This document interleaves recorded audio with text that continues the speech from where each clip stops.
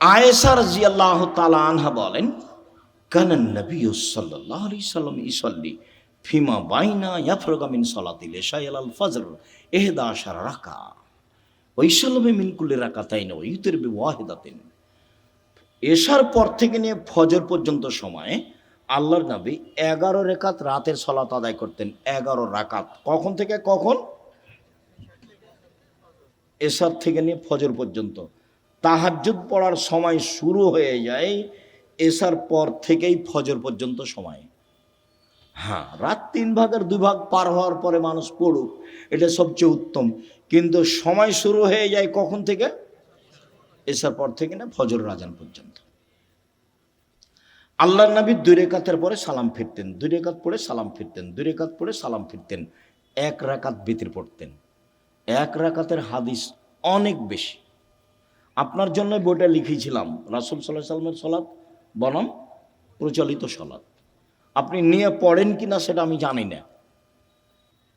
কৃপণতা দেখায়েন না, ফল ভালো হবে না। 16,000 পত্রিকা ছাপানো হয়, ওটা নয়, ওখানে টাকসাল নাই, ওখানে সব কিছু মেশিন দেওয়া হয় না। মানুষ আছে, কর্মচারী আছে, টাকা খরচ করেন আপনি। অতএব আপনি পড়বেন। 50টা প্রশ্নের উত্তর আছে।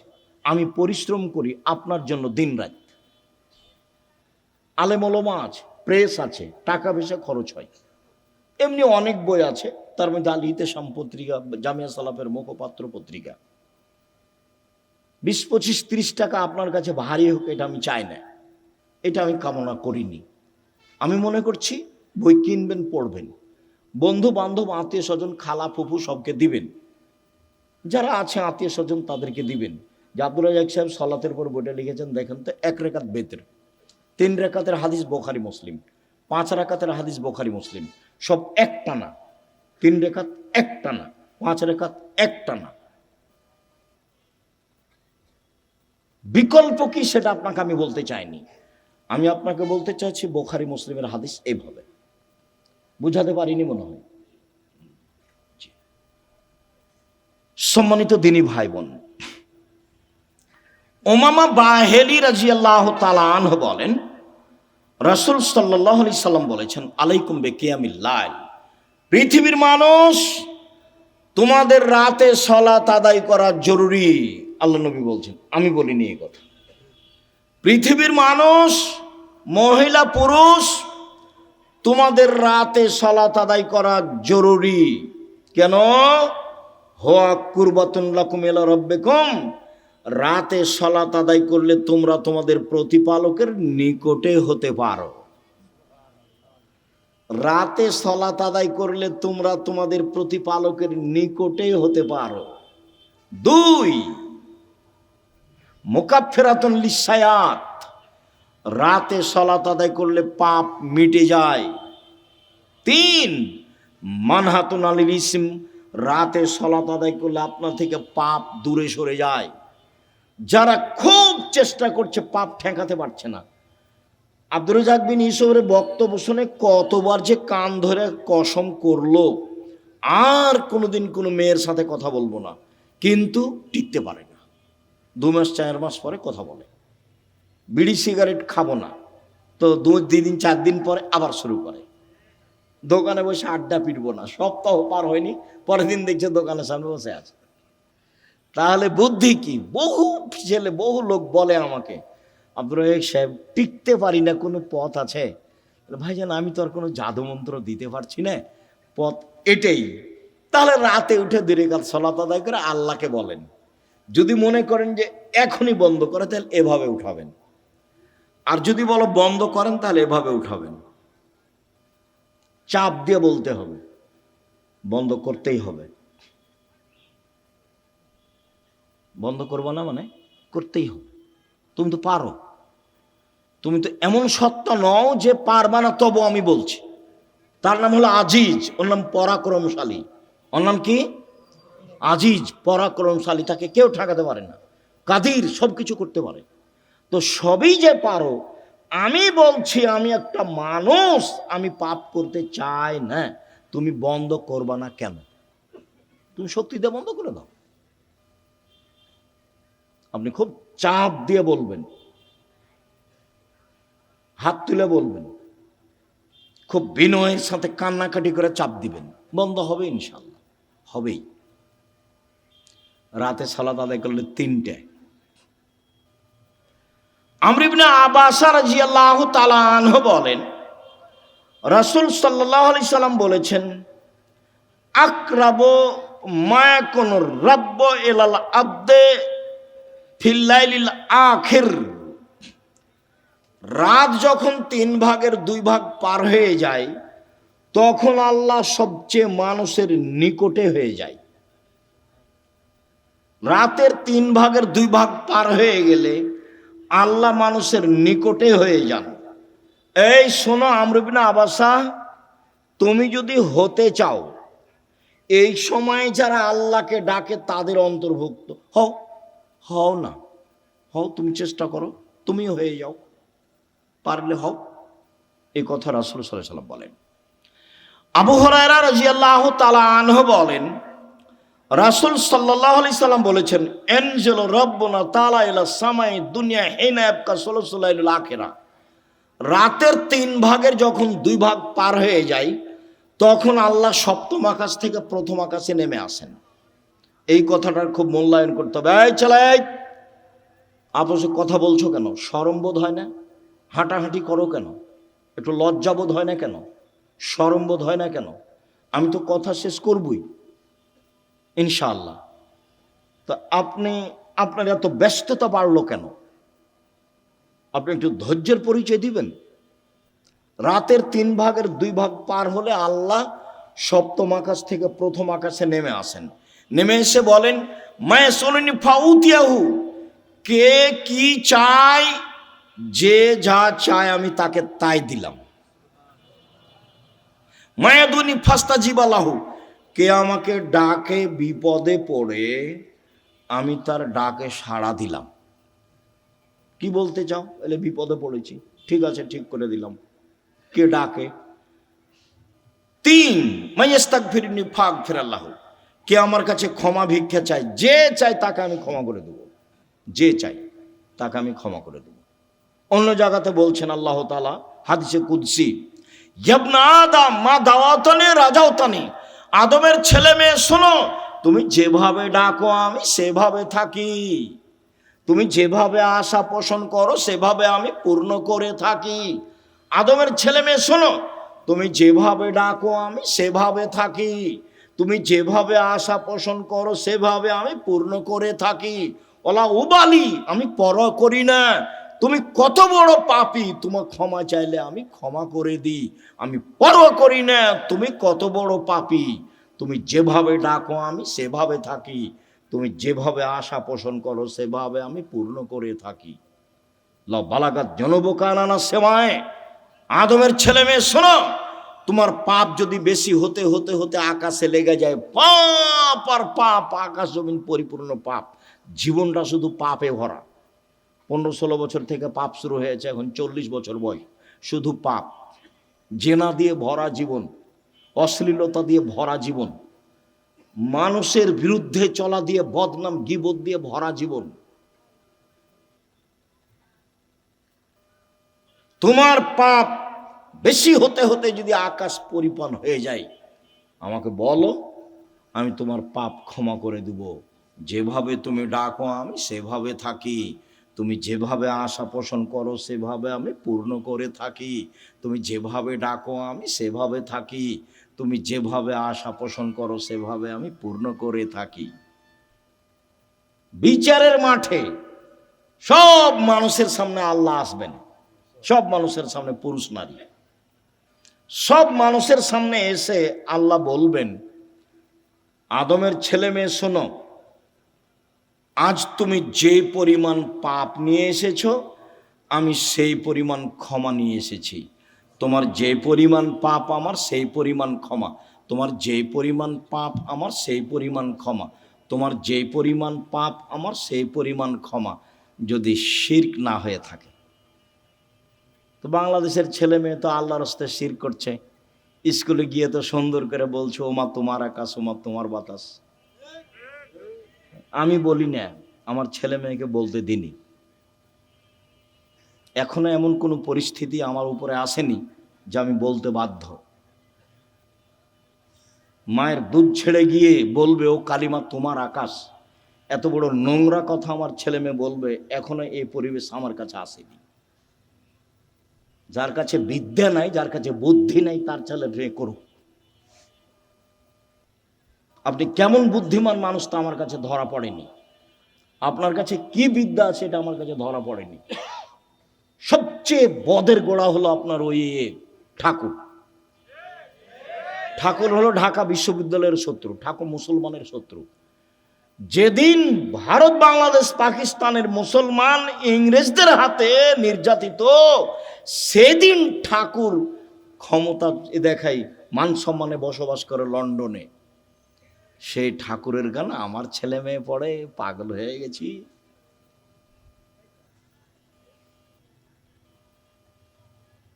এ তো অবাক হয়ে গেল। এই তো নিজের ঘরের ওই কি বলছে গো, ব্রয়লার মুরগি জ্বালিয়ে দিয়ে ইন্ডিয়া থেকে মুরগি নিয়ে আসতে হবে। মানে মাথায় গোবর আছে। নিজের মুরগি কি করতে হবে, জ্বালিয়ে দিতে হবে, তো ওখান থেকে ডিম আনতে হবে। এত উল্টা বুদ্ধি, এটাও একটা উল্টা বুদ্ধি। চেষ্টা করো না কেন? কই বাগমারের ছেলে মেয়ে নাকি জেনারেল লাইনে পড়ে ইঞ্জিনিয়ার হয়ে বড় ডাক্তার হয়ে জাতির উপকার করেছে। কোথায় উপকার করেছে? পুঠিয়া থানা না? তো পুঠিয়া থানার ছেলে মেয়েরা খুব ভালো পড়াশোনা করেছে, অনেক কিছু করেছে।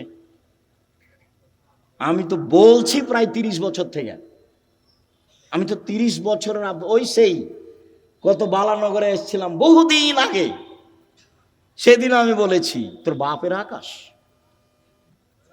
সব সময় বলছি, আমি তো ঘৃণা জানাই। সম্মানিত দিনী ভাই বোন, রাতে উঠে আল্লাহকে কিছু বলতে হবে। আল্লাহ আমার আর আপনার কথা শোনার জন্য প্রতীক্ষমান। আল্লাহ নেমে আসেন আমার কথা শোনার জন্য, আর আমি ঘুমিয়ে থাকি, তাহলে এটা কেমন হলো? বুঝাতে পারলাম না কথা মনে হয়। আল্লাহ নেমে আসেন আমার জন্য, আর আমি কি করি? ঘুমিয়ে থাকি। একটা কথা মধ্যে মনে রাখিয়েন, আমি ঘুমিয়ে থাকি এর অর্থ এই নয় যে সবাই ঘুমিয়ে থাকে। সবাই ঘুমিয়ে থাকে না। কেউ না কেউ আল্লাহকে বলে যে ঠিক আছে তাহলে আমাকে এটা করে দাও, ঠিক আছে তাহলে এটা আমাকে করে দাও, এভাবে বলে। আমর ইবনে আস রাদিয়াল্লাহু তাআলা আনহু বলেন, রাসূল সাল্লাল্লাহু আলাইহি সাল্লাম বলেছেন, মান কামা বিআসরি আয়া লাম ইগফাল মিনাল গাফিলিন। কেউ যদি রাতে উঠে 10টা আয়াত পড়ে, 10টা, তাহলে সে গাফেল নয়, এটা লিখে দেওয়া হবে। 2, মান কামা বে মিআয়া কুতিবা মিনাল কানিতিন।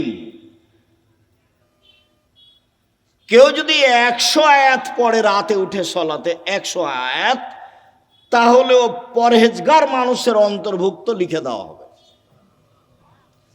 অমান কামা বে আলফি আয়া, কেউ যদি রাতে 1000 আয়াত পড়ে কুতিবা মিনাল মুকান্তিরিন, তাহলে পৃথিবীতে সর্বোচ্চ মর্যাদার অধিকারী যারা, তাদের সাথে এও বড় বড় মর্যাদার অধিকারী। ইব্রাহিম আলাইহিস সালাম এরকম যারা বড় বড় মর্যাদার অধিকারী, আপনি যদি রাতে 1000 আয়াত পড়েন, যদি এটা ভারী, তো 100 আয়াত তো পারবো, 10 আয়াত তো পারবো। আবু হুরায়রা রাদিয়াল্লাহু তাআলা বলেন, আল্লাহ রাসূল বলেছেন, মান কামা ইস্তাইকাজা, যে ব্যক্তি রাতে উঠলো, স্ত্রীকে উঠালো, 2 রাকাত সালাত আদায় করলো, কুতিবা মিনাজ যাকিরিনা যাকিরাত, যারা আল্লাহকে ডাকে ওদের একটা তালিকা আছে, এদের স্বামী স্ত্রীকেও সে তালিকা লিখে দেওয়া হবে। উঠি না কেন, পারি না কেন? আজকে সোমবার, সিয়াম ছিলেন 32 বছর থেকে 30 বছর থেকে বলে আসছি, কেন সিয়াম ছিলেন না? আজ তো সোমবার, কেন থাকলেন না? এই ছেলে, এই সোমবারে সিয়াম থাকতে হবে কেন? কেন নবী থাকতেন বলো? সাপ্তাহিক মানুষের পাপ নেকি রিপোর্ট পেশ করা হয় কি কি বারে? সোমবার আর বৃহস্পতিবার। তা আমাদের নবী বলছেন যে আমি ভালোবাসি আমার রিপোর্টটা দেখার সময় আল্লাহ দেখুক যে সিয়াম অবস্থায়, নেও নেও আমার রিপোর্ট নেও, সিয়াম অবস্থায় নেও। তো মোহাম্মদ সাল্লাল্লাহু আলাইহি সাল্লাম চাইতেন তার রিপোর্টটা আল্লাহর কাছে পেশ করার সময় কি অবস্থায় দেখাতে চাইতেন? সিয়াম অবস্থায়। তা আপনি চান না কেন? মুরব্বী ভাইজান, আপনি সিয়াম ছিলেন আজকে? চুপ হয়ে যাচ্ছেন কেন? এই কি সুলি ফাঁসি নাকি? এই কি হাইকোর্ট জজকোর্ট নাকি? আদাত হয় না কেন? অভ্যাস হয় না কেন? ওইটা বাদ দিয়ে এটা করেন। বৃহস্পতিবার সোমবার সিয়াম থাকার চেষ্টা করেন। আর আসলে আদর্শ দিয়ে গেলেন, আর আমি এমনি দুনিয়া থেকে চলে গেলাম, জীবন পার করলাম, তাহলে হবে? তাহলে হবে না।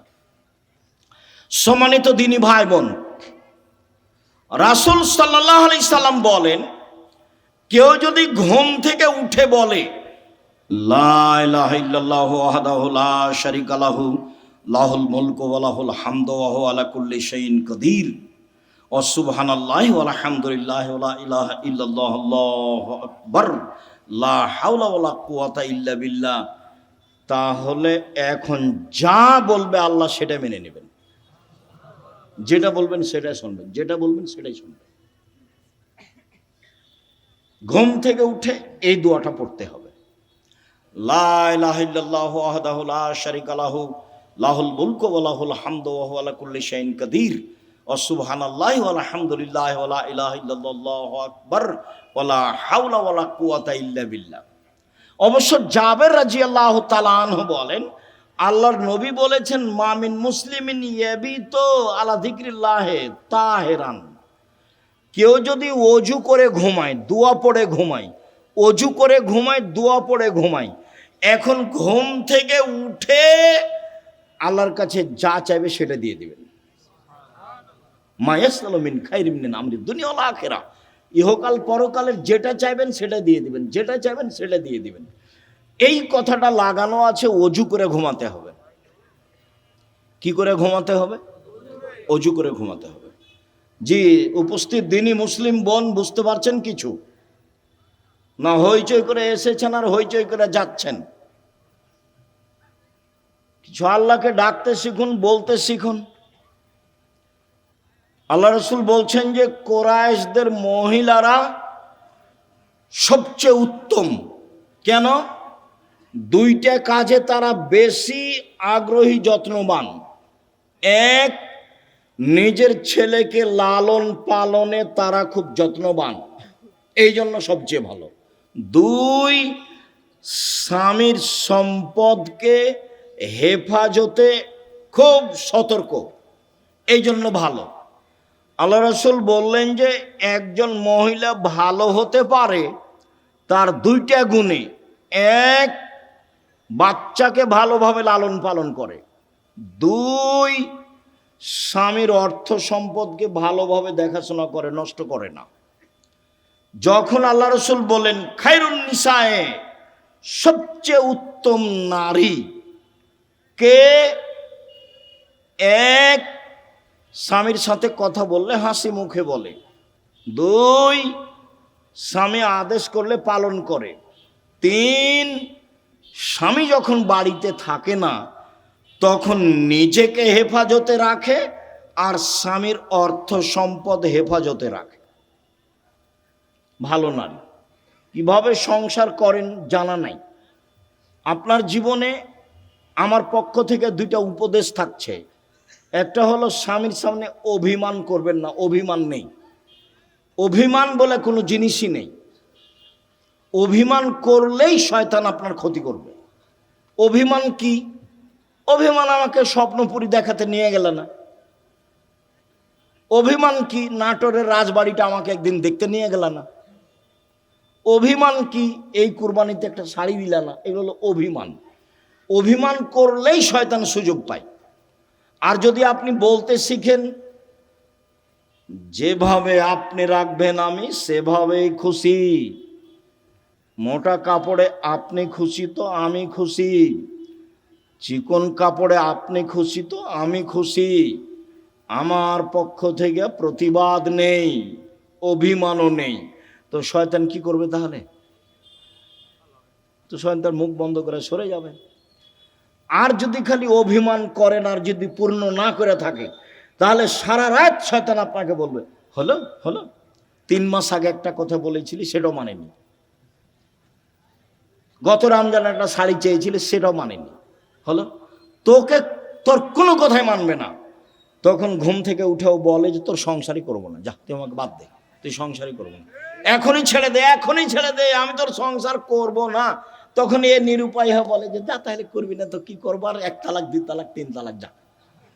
যেমন 3 তালাক বলা হয়েছে তখন আর শয়তান নেই, চলে গেছে। এখন দুইজনই ফ্রি। ইন্না লিল্লাহি ওয়া ইন্না ইলাইহি রাজিউন। এইবার ছেলে মেয়ে 3টে, যে খুব ঝামেলা। কয়দিন পরে দেখবেন স্বামী কাঠগড়ায় একদিকে আর স্ত্রী কাঠগড়ায় একদিকে।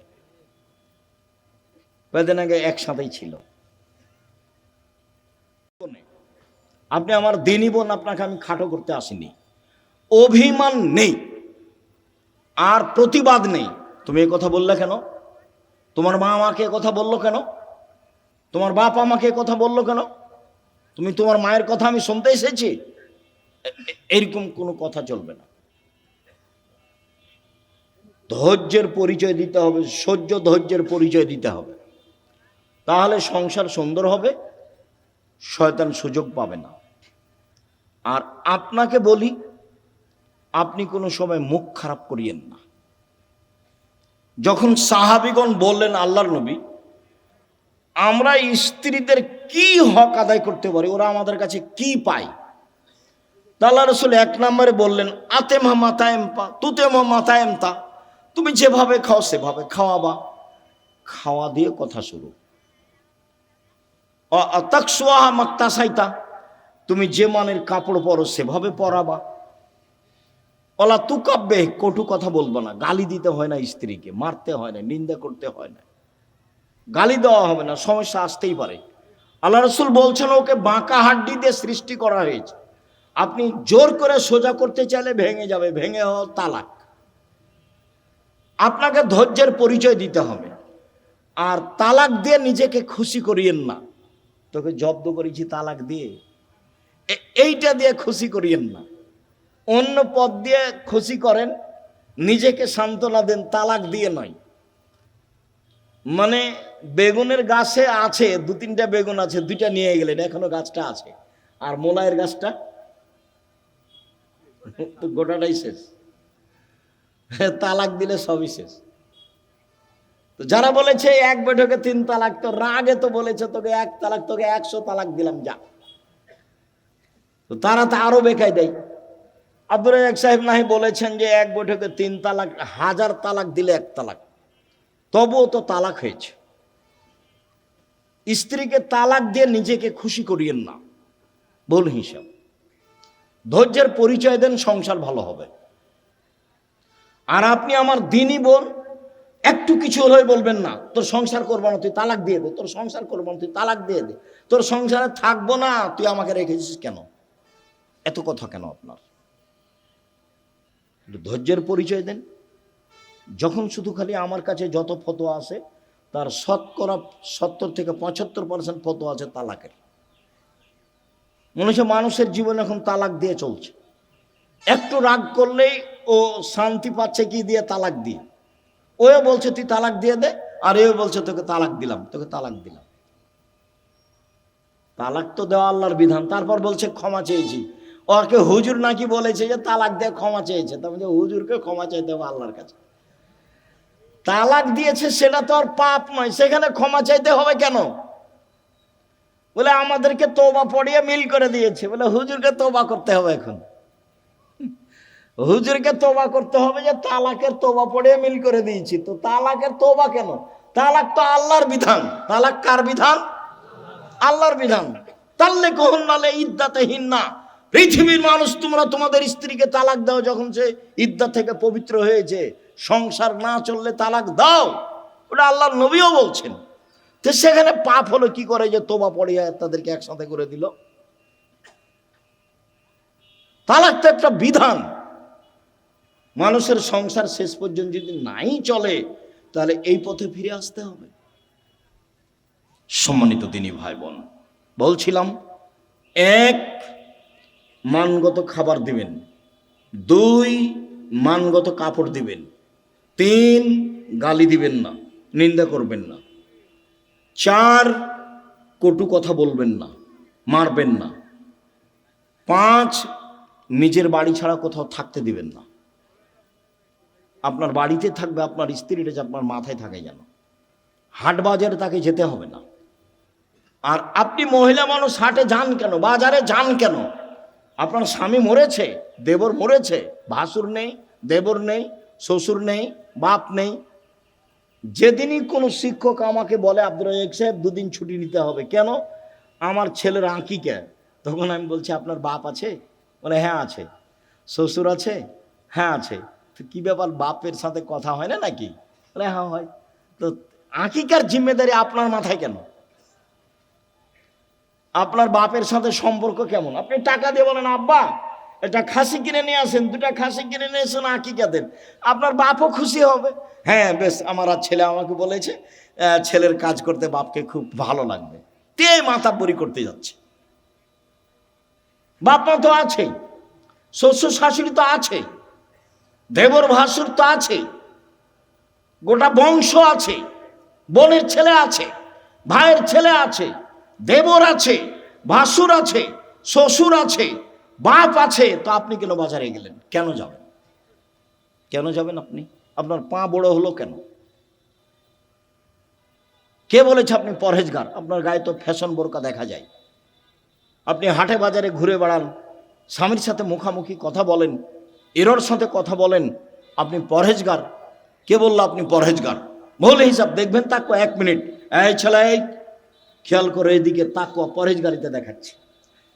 যা জিবরাইল ইলান নবী সাল্লাল্লাহু আলাইহি সাল্লাম, জিবরাইল নবীর কাছে আসলেন। নবীর কাছে এসে বলছেন হাজেহি খাদিজা, এই যে খাদিজা, এই যে খাদিজা আতাত, এই যে আসছে, এই যে খাদিজা আসছে। মাহা এনাউন, তার সাথে আছে একটা পাত্র। ফিহে এদামুন ওয়া তম, তাতে আছে তরকারি, তাতে আছে খাদ্য, তাতে আছে তরকারি, তাতে আছে খাদ্য। ও আপনার কাছে এটা নিয়ে আসছে। শোনেন, মোহাম্মদ সাল্লাল্লাহু আলাইহি সাল্লাম জিবরাইল বলছেন। কে বলছেন বলেন তো? জিবরাইল বলছেন। কাকে বলছেন? আমাদের নবী মোহাম্মদ সাল্লাল্লাহু আলাইহি সাল্লাম বলছেন ফাকরা আলাইহা সালাম আমিন রাব্বে হাওয়া মিন্নি, ওকে বলে দেন খাদিজা আল্লাহ তোমাকে সালাম দিয়েছে। খাদিজা জিবরাইল তোমাকে সালাম দিয়েছে। ও বাশশারা বে বাইতিন ফিল জান্নাহ মিন সাকাবিন, আর বলে দেন খাদিজা তোমার জন্য জান্নাতে একটা ঘর বানানো হয়েছে হীরা মুক্তা মাণিক্য দিয়ে।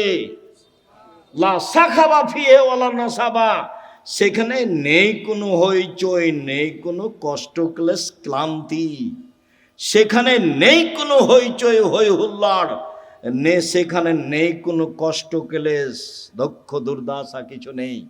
বলে দেন 3টা কথা। 1 খাদিজা আল্লাহ তোমাকে সালাম দিয়েছে। 2 খাদিজা জিবরাইল তোমাকে সালাম দিয়েছে। 3 খাদিজা তোমার জন্য একটা জান্নাতে ঘর বানানো হয়েছে, জিবরাইল বলেন আমাকে। দেখলেন খাদিজা একজন মহিলা মানুষ কি করেছেন, কি করেন এমন? খাদিজা কি করেন এমন? আব্দুর রাজ্জাক সাহেব সেই তো আমরা তো বুঝতে পারছি না কি করেন এমন। তাহলে দেখি আরো 2টা কথা বলি আপনার সাথে, দেখি কিছু ধরা পড়ে নাকি। ইব্রাহিম আলাইহিস সালাম তার স্ত্রী সারাকে নিয়ে এক এলাকা পার হচ্ছিলেন। ইব্রাহিম সালামের স্ত্রী পৃথিবীর ইতিহাসে সবচেয়ে সুন্দরী মহিলা সারা, এ কথা মুহাম্মদ সাল্লাল্লাহু আলাইহি সাল্লাম বলেন। তো ইব্রাহিমকে বলা হলো যে আপনার স্ত্রীকে স্বৈরাচার সরকার ডেকে পাঠিয়েছে। তো ইব্রাহিম আলাইহিস সালাম চেষ্টা করলেন কিন্তু রক্ষা হলো না। পৃথিবীর 2য় মহামানব ইব্রাহিম আলাইহিস সালাম শেষ পর্যন্ত বললেন যাও, স্বৈরাচারী সরকার তোমাকে ডেকে পাঠিয়েছে, যাও। তো ভিতরে ঢুকতেই ওই স্বৈরাচারী সরকার দাঁড়িয়েছে, হাত বাড়িয়েছে, গায়ে হাত লাগাবে সেই জন্য। তখন সারা বলছেন এই থামো, আগে অজু হবে, এক, দুই, 2 রাকাত সালাত হবে, তারপরে কোনো কথা। অজু করে 2 রাকাত সালাত আদায় করে বলছে, আল্লাহুম্মা, হে আল্লাহ, ইন কুনতু আমানতু বিকা ওয়া বিরাসূলিকা, আমি সারা যদি তোমাকে মেনে নিয়ে থাকি যে তুমি আল্লাহ, আমি সারা যদি তোমার নবী ইব্রাহিমকে নবী বলে মেনে নিয়ে থাকি যে ইব্রাহিম নবী, আমি মেনে নিলাম। 3, আমার জিন্দেগিতে যদি আমি আমার লজ্জা স্থানকে আমার স্বামী ছাড়া কাউকে ব্যবহার করতে না দিয়ে থাকি, এই কথা 3টা যদি আমার সত্য হয়ে থাকে, নির্জনে এই স্বৈরাচারী শাসক যেন আমার গায়ে হাত লাগাতে না পারে। কথা শেষই হয়নি, উল্টে পড়ে গেছে ও। দেখলেন না ইমানের দাবি কেমন? পারবেন? হাটে বাজারে হ্যাঁ করে হাঁটছেন না, ঘুরে বেড়াচ্ছেন, কি দিয়ে হবে? বাড়িতে যাবেন, টিভি চলছে, স্বামী তো কেমন আপনি ভালো জানেন। আপনার স্বামীকে আমি খাটো করে কষ্ট আপনাকে দিতে চাই না, তবে আপনার স্বামী কাপুরুষ আমার কাছে ধরা পড়ে, এটা ঠিক।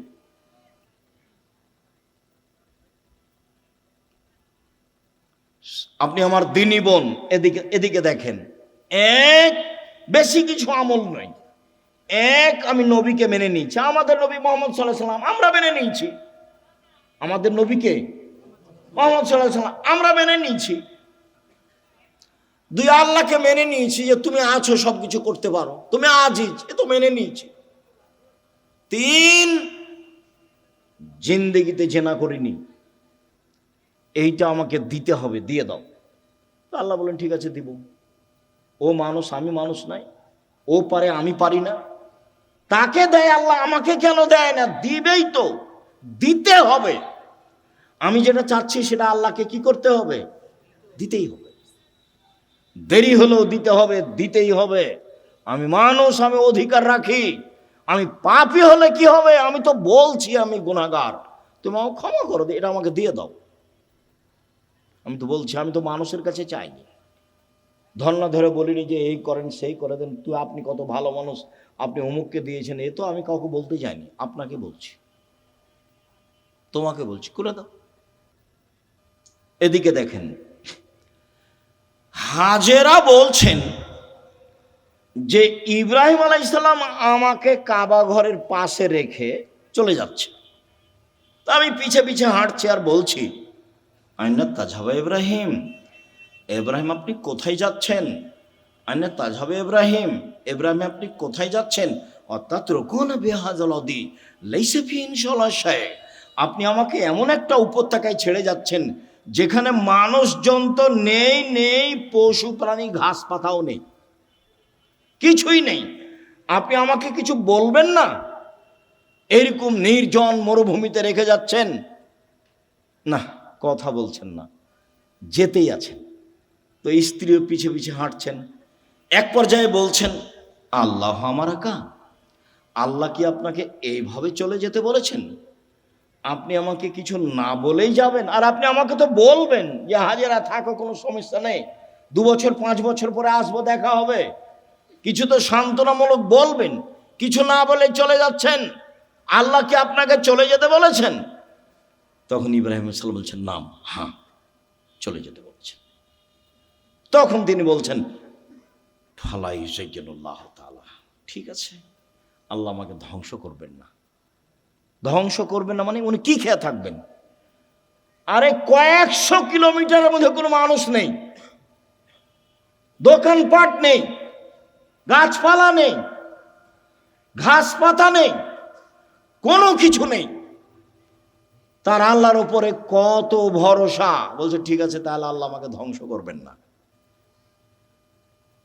তো ঘুরে এসে বাচ্চা দেখছেন, কি যে অবস্থা ছেলের, ব্যাগে যা পানি ছিল তা তো শেষ হয়েছে, কি যে হয়। সাফা পাহাড়ে উঠলেন, কোথাও পানির পথ নেই, দৌড়িয়ে নেমে মারোয়াতে গেলেন, কোনো পথ নেই। আবার বাচ্চা দেখতে আসলেন, 1 বার 2 বার 3 বার 4 বার 5 বার 6 বার 7 বার। এবার বাচ্চার দিকে আসছেন, ভাবছেন বাচ্চা মনে হয় মারাই যাবে, বুখারীর হাদিসে এভাবে এসেছে।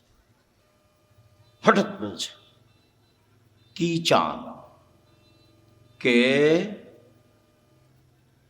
আমার পানির প্রয়োজন। ঠিক আছে, পানির প্রয়োজন বলতেই জিবরাইল বাচ্চার পাশে, জিবরাইল নিজের পা দিয়ে আঘাত করলেন। বাচ্চার পায়ে আঘাত হয়েছে কথা মিথ্যে, বাচ্চার পায়ে জমজম চালু হয়েছে কথা মিথ্যে। জিবরাইল নিজে পায়ের আঘাত করতে পানি একবারে জোরে ফুটে বের হতে লাগলো। তখন হাজেরা পানিগুলি থামাতে লাগলেন।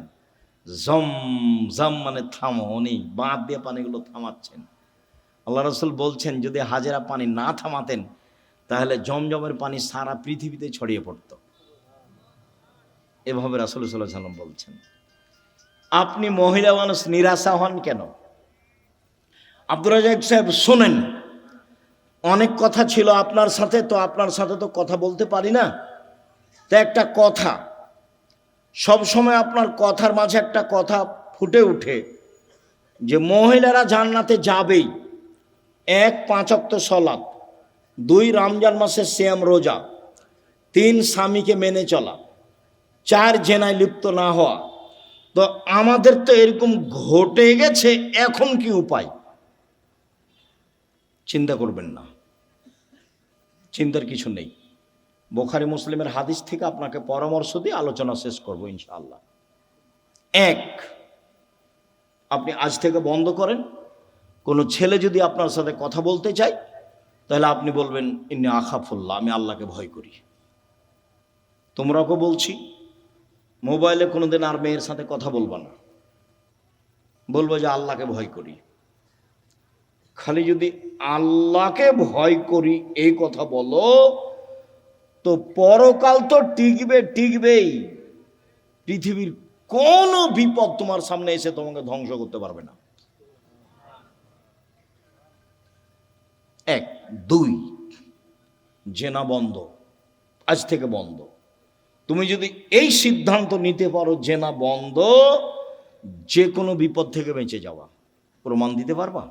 ওই যে বুখারী মুসলিম, ওই যে ঘটনা, 3 জন রাস্তায় হাঁটছিল, বৃষ্টি আসলো, গর্তে ঢুকে গেল, উপর থেকে পাথর এসে মুখটা আটকা পড়ে গেল। একজন বলল যে বাপ মাকে ভালোবাসি, পাথর সরিয়ে দেন। তা আল্লাহ বললেন দিলাম। একজন বলল যে একটা লোককে কাজে নিয়েছিলাম, অর্ধেক দিন কাজ করে চলে গেল, টাকা দিতে চাইলাম, নিল না। আমি ওর টাকা বাড়াতে অনেক গরু ছাগল করে দিলাম। একদিন এসে বলছে আমাকে টাকা দেন। আমি বললাম গরু ছাগল নিয়ে যাও। আমাকে বলছে মজাক করবেন না। না, মজাক করিনি, তুমি সবই নিয়ে যাও। সবই নিয়ে গেছে। তো এই কাজটা যদি ভালো করে থাকি পাথর সরিয়ে দাও, বলে দিলাম। তার একজন বলছে আমার চাচাতো বোনের সাথে আমি জেনা করতে চেয়েছিলাম, তো আমাকে 200টা স্বর্ণ মুদ্রার কথা বলেছিল। আমার চাচাতো বোন ভেবেছিল আমি গরিব মানুষ, টাকা সংগ্রহ করতে পারবো না স্বর্ণ মুদ্রা। আমি হাড় ভাঙা পরিশ্রম করে লম্বা সময় 200 দিরহাম দেনার জমা করে তাকে দিলাম। আমি জেনায় বসেছি, জেনা করব। তখন আমাকে বলছে, দেখ আল্লাহকে ভয় কর, আমাকে অসতী প্রমাণ করিস না।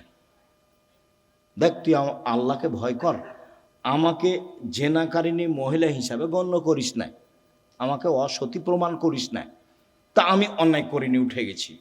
তো দাও, তাহলে পাথর সরিয়ে দাও। তা আল্লাহ বলছেন দিলাম। এ দেখেন, বোঝা গেল না কথা? আর এদিকে আল্লাহ বলছেন অনাহা নাফসা আনিল হাওয়া ফাইনাল জান্নাত হিয়াল মাওয়া। কেউ যদি নিজেকে অশ্লীল কাজ থেকে ঠেকাতে পারে, আমি আল্লাহ তাকে জান্নাতুল মাওয়া দিলাম। আপনি রাতের লম্বা আলোচনা আছে, বক্তব্যের রেকর্ডিংয়ে আছে, সেখান থেকে নেবেন। আপনাকে নেওয়ার জন্য আন্তরিকভাবে অনুরোধ জানিয়ে কয়েকটি জরুরি কথা, চলাচল বন্ধ করে কথা শুনবেন। আর আমি কোনো সময় আসলে আমার একটা অনুরোধ রক্ষা করবেন, কাজ মাথায় করে নিয়ে আসিয়েন না। আপনি যখন রাস্তায় হাঁটেন, গল্প করেন, তখন আপনার কাজটাকে আমি ঘৃণা করি, আমাকে ভালো লাগে না। আর আমি আমার কথার উপরে খুব বিশ্বাসী যে আমি কোরআন হাদিসের কথা বলি। আমার জীবনে আমি কোনোদিন রূপক অপ্রয়োজনীয় কথা বলিনি। তো আপনার হেঁটে বেড়াটা, আপনার গল্প করাটা, আপনার চায়ের স্টলে বসে থাকাটা, এটা আমি ঘৃণা করি। কাজে এই সময় আপনি আমাকে কাজ দেখাবেন না। কি করবেন গিয়ে? দোকানে বসে থাকবেন, নাহলে বউয়ের সাথে গিয়ে ঝগড়া লাগাবেন। কি কাজ আছে? আমি তো আপনার এলাকায় থাকি, যে আপনার কাজ আমি খুব ভালোভাবে বুঝি। আর জমি জায়গার চাষ যদি বলেন, তা আমার আব্বা কৃষক মানুষ ছিলেন, আমিও কৃষকতাকে ভালো বুঝি। জমি চাষ করা, কিভাবে ধান উৎপাদন হবে, কিভাবে আমার আব্বাকে আমি দেখেছি। কাজে আপনার কাজকর্ম আমি ভালো জানি।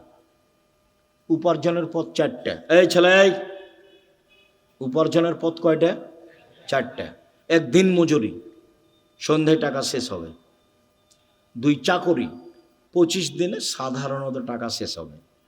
কয়দিনে? 25 দিনে, বাকি 5 দিন ধার কর্য করে চলবে। 3, জমি চাষ, মাস শেষে বছর শেষে লাভ লস সমান বা লস বেশি। এবার আলুতে খুব লস থাকলো। 4, ব্যবসা। তখন আল্লাহ রসুল বলছেন, সত্যবাদী বিশ্বস্ত ব্যবসায়ীরা নবীর সাথে থাকবে। তাহাজ্জুদ পড়ে থাকা যায় না। 2টা মেয়ের লালন পালন করলে নবীর সাথে থাকা যাবে। 2টা মেয়ের, 3টে মেয়ের লালন পালন করলে নবীর সাথে থাকা যাবে। একটা সহজ পথ নবীর সাথে থাকার। কি? সত্যবাদী বিশ্বস্ত ব্যবসায়ী। আমি বলিনি এই কথা, এই কথা মুহাম্মদ সাল্লাল্লাহু আলাইহি ওয়াসাল্লাম বলছেন।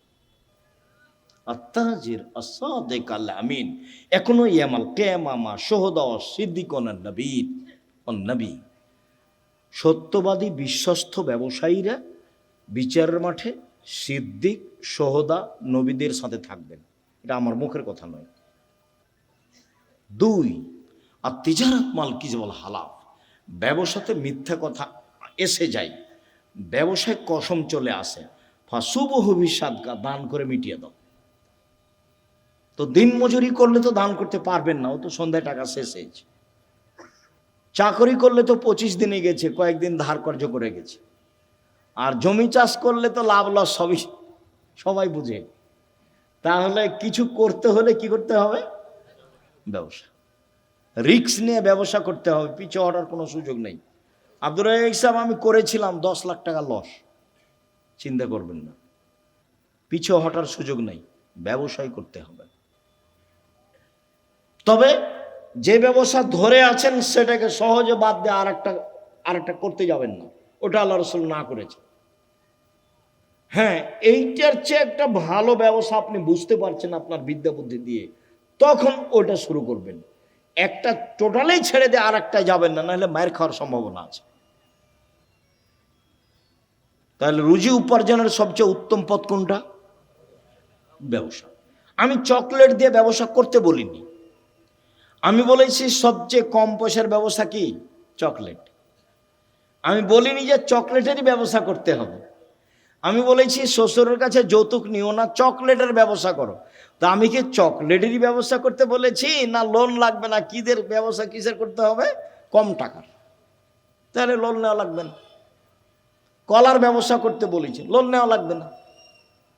আর কলকাতায় হিরোইন কিনে ঢাকায় বিক্রি করতে নিষেধ করেছি, শ্বশুরের কাছে টাকা নিতে নিষেধ করেছি, খুব শক্তভাবে নিষেধ করেছি। এবং এ কথা বলেছি, ভিক্ষা করে টাকা দিয়ে চাউল কিনে ভাত খেয়ে ইবাদত কবুল হবে, শ্বশুরের কাছে যৌতুক নিয়ে এসে টাকা দিয়ে চাউল কিনে ভাত খেয়ে ইবাদত কবুল হবে না। শ্বশুরের কাছে টাকা নেওয়া জুলুম। ওটার নাম কি? যৌতুক। সন্ধ্যা হতে হতে টাকা ফেরত দিতে হবে, দিতেই হবে যে কোনো মূল্যে। নিজে উপার্জন করে খেতে শিখো, দিন মজুরি করে খাও, সহজ পথ। ব্যবসা করো ছোট, সহজ পথ। শুকরিয়া, জাযাকুমুল্লাহ খায়র। সম্মানিত দিনী ভাই বোন, আপনাদের সাথে জরুরি কথা, কোনোদিন আসলে এই থামো, ছেলে থামো, সবাই উপস্থিত হওয়ার চেষ্টা করবেন, ভাই বোন সবাই। 1, জরুরি কথা, আল ইতিসাম পত্রিকা সহ অন্যান্য বইগুলি নিয়ে যাবেন। যে আলোচনা করছিলাম সে আলোচনা উপদেশ বইয়ে আছে আর আদর্শ নারীতে আছে। জরুরি কথা, সামনে মাসে 6-7 সম্মেলন, সবাই আসবেন, দেশ বিদেশের আলেম ওলামা আছে। 6-7 নভেম্বর সম্মেলন। আর জামিয়া সালাফে ভর্তির তারিখ হলো 1 জানুয়ারি। ডিসেম্বরে ফরম, 1 জানুয়ারি ভর্তি। সকলের কল্যাণ কামনা করে সকলকে পত্রিকা বই পুস্তক নেওয়ার জন্য আন্তরিকভাবে অনুরোধ জানিয়ে, বই পুস্তক পত্রিকা আছে কোথায়?